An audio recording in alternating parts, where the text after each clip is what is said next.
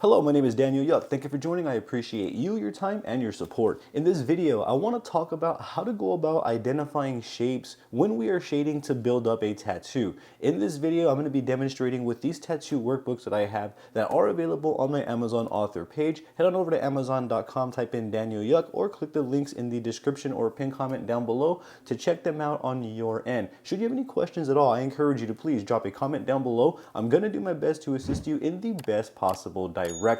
If you find this video helpful, consider giving it a thumbs up and subscribing to my channel, as I would greatly appreciate your support. With that being said, let's get right on into this. In my opinion, being able to identify the shapes within any design when we are shading is one of the crucial keystone fundamental foundations to any clean, smooth tattoo that is shading dominant. There is a right and a wrong way to approach the madness. However, there's like wiggle room in between for artists to fluctuate in correspondence to their wants and needs as the tattoo artist. These workbooks consist of exercises that are mostly shading dominant. They aren't really line dominant exercises. Besides the tattoo practice companion, this one has an assortment of various exercises from lining, shading, dot work, packing, and more, as you can see. So this is a little bit of everything, but it also does include shading. However, these right here are shading dominant. You can see there's an assortment from learning how to do like statues for realism, facial features, we have skulls, we have floral books right here, and I do have another one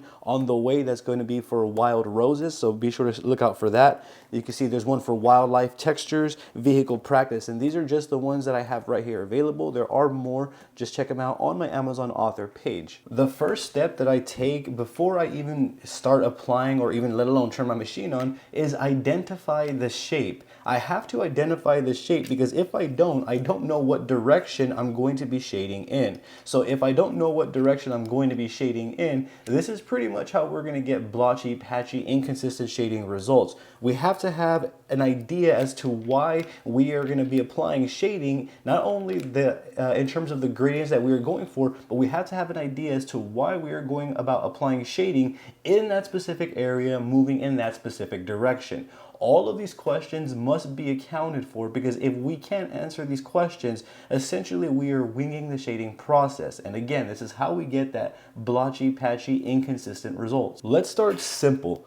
Right here, you can see that I'm going to identify this shape right here. So here is going to be my A point, and then my B point's around here somewhere. There is no definitive line or anything like that. So it would be pointless for me to outline it and then fill this in. That's not the kind of read that we want. That's going to kind of make it look more like a decal stamp-like tattoo when we're looking for more of a realistic soft-like approach. Now, in order to stay on that soft side, to have that sort of like realistic textured approach, I'm going to work this area up using whip shades going in this direction, following this shape. So you can see that I've already identified the shape, which is right here. This is the entire shape that I'm going to be shading, right? And then in here, what I'm going to go ahead and do is begin in one area, depositing the ink, and then making my way down to the other area like so. Just taking my time using whip motions to fill in this area right here, following the shape. I'm not driving the cartridge in there. I am allowing the needle to make rounds so that way I can smoothly layer up these deposits. So the shape goes as follows. This area I want it to be darker, and then as it goes this way I kind of want it to have like a gradual fade there. But you can see like all of those little dots in between that are leaving open areas, that's what creates that little textured read. That's what keeps us away from like that sort of like stamp decal like look. That's not what we want when we are going for shading shapes. We want to be able to identify the shape without having to line it, and that's basically the point of this skill, is to not have to line and feel comfortable with the process, trusting the process that when you're done, your results are going to come out that of what you envision. So you can see I followed that shape there, and I would essentially kind of repeat that process over and over and over with all of these surrounding shapes. Like for example, here is another shape. So if you look right here, here is the point of this area, and I'm just going to outline that softly so you can kind of see on video. Don't outline it, but I'm just kind of boundarizing where I'm going to be shading, which is right here. and right here. So you can see the shape is like this. So I could do a little bit of cross motions, but I want the whip motions to come out this way, and then I'm going to do a little bit of shading this way. So you can see that the shape is going to follow like so. Just soft pendulum motions. I'm introducing the cartridge into the paper with a ramp-like approach, so that allows me to build up my shades the way that I need them. And you can see that I'm still following the shape of this area. So you can see that I'm identifying the shape before, and then I'm going in and applying the shading like so. And then once I start establishing the general premise of the shape itself, what I do from there is begin applying all of the gradients and tones while still further establishing the shape. And that's how I kind of reach that. That's how I reach that like final look, is by combining these elements together like so to create the shape, which is essentially going to be the imagery once we start combining this approach with the surrounding areas of the tattoo. So this is essentially how I would go about building up a tattoo, keeping it very consistent and practical.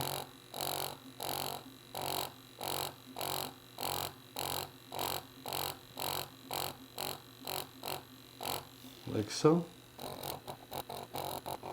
Let's have a look at shades that aren't so obvious. So shades and shapes that aren't so obvious are like these right here. So you kind of see how like this draping goes over the elbow area right here. You could see that we do have the elbow area defined right here. However, this area right here isn't truly seen as the shadow is being casted from the clothing up top. So how I would go about applying this is by establishing the boundary up top first right here, and then literally working my way down. So here is the shape right here.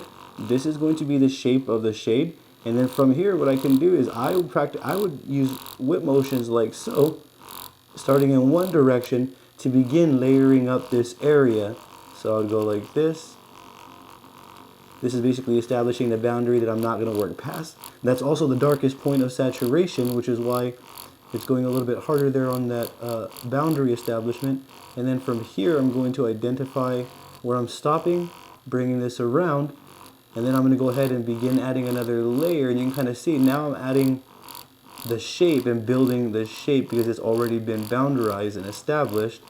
And then from here, I'm going to go ahead and keep building up the saturation. Now, where it gets interesting is the shape looks like it's flowing this way, but in order to add more layers and get a smoother transition, I'm going to add cross hatching, which is basically shading in the complete opposite direction. And when we start applying this correctly, we do get a smoother read in our shades.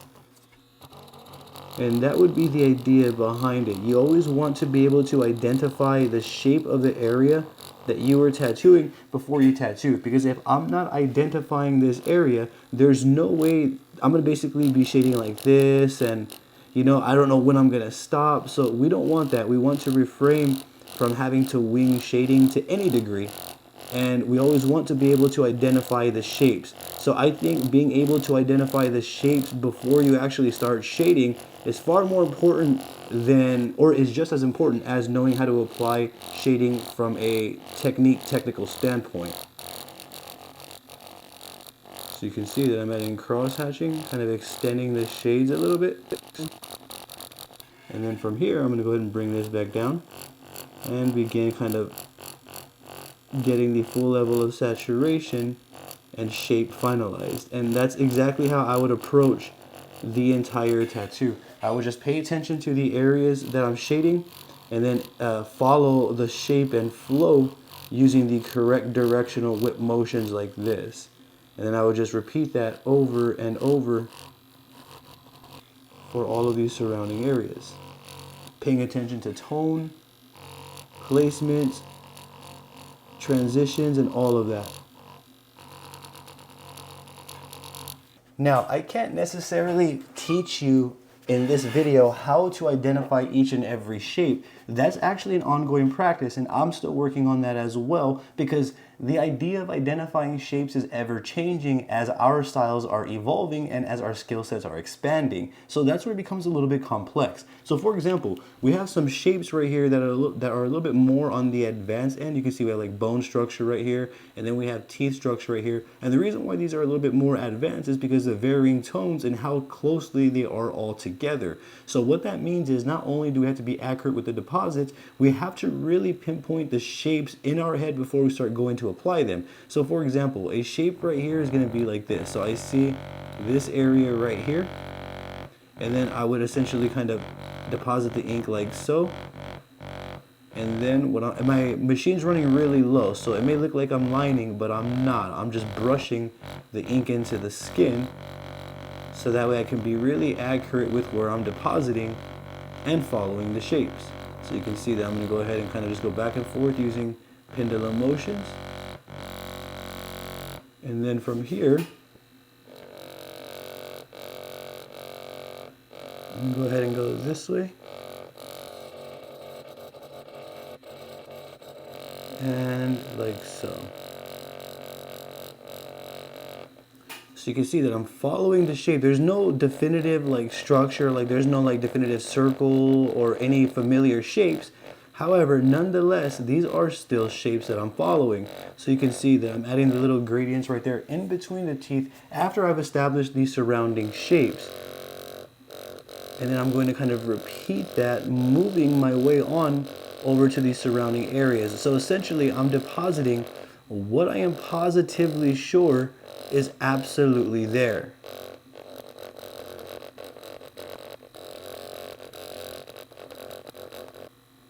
And then the same thing right here. So here is another shape. So like the process isn't changing. I'm identifying the shapes and I see them. So if I don't see the shape clearly, I'm going to take a step back and I'm going to go ahead and start defining it. If I need to take a look further, I'll go ahead and do that. If I need to take a look longer, I go ahead and do that. So like for example, another shape right here that's kind of like hard to notice is right here. And then going up this way. So this shape right here and this shape is a little bit more on the organic abstract end, but it's still identifiable. And I'm just going to go ahead and move my machine in comfortable motions that allow me to pick up that gradient cleanly, or to apply that gradient cleanly.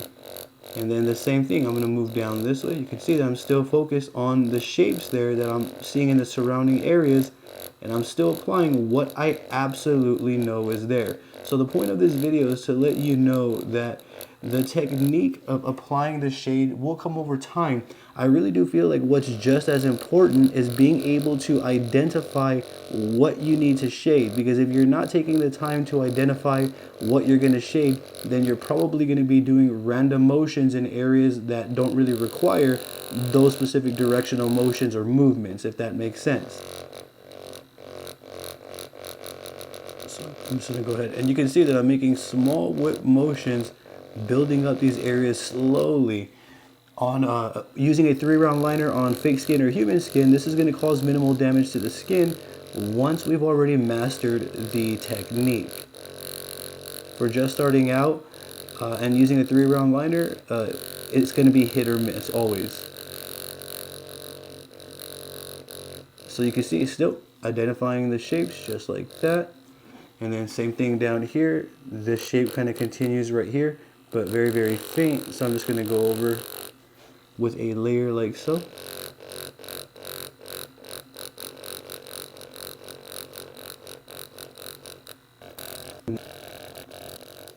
So you can see that I'm bringing the shape this way using whip motions to come this way. And then I can do the same for this area and this area.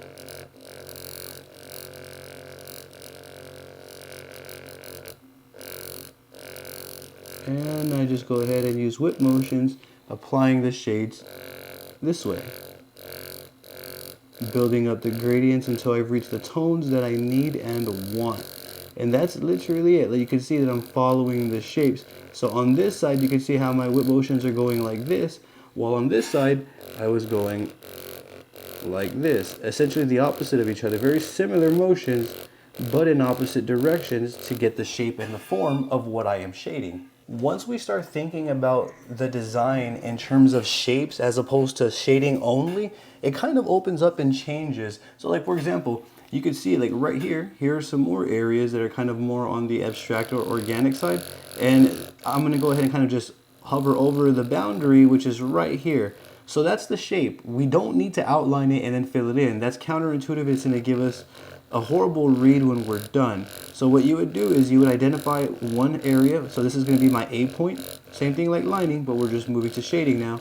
And then what I'm going to do is start establishing all of the boundaries like so. And then I begin using whip motions like so to begin applying the first layers of ink into the area. The idea here is to get comfortable with identifying shapes within each and every single design we choose to take on. When we are able to identify the shapes, we are able to formulate the motions and plan of approach that we are needing to accomplish each and every single shape. And this is how we are going to build tattoos that are shading dominant and that really don't rely on lines, is by identifying the shapes and then using the correct motions to follow the form, flow, gradients, and transitions. These tattoo workbooks are now available on my Amazon author page. I will be leaving my Amazon affiliate links for you down in the description below and in a pinned comment so you can check them out on your end. You can practice anytime, any place using a pencil, a big ballpoint pen, or even a tattoo machine with a ballpoint cartridge, as you saw me doing here in this video, to optimize your time and practice that you put in. That would be it for this one. Should you have any questions at all, I encourage you to drop a comment down below. I'm going to do my best to assist you in the best possible direction. If you found this video helpful, consider giving it a thumbs up for me and subscribing to my channel, as I would greatly appreciate your support. With that being said, I thank you for your time and I appreciate you watching. I hope you have a great day.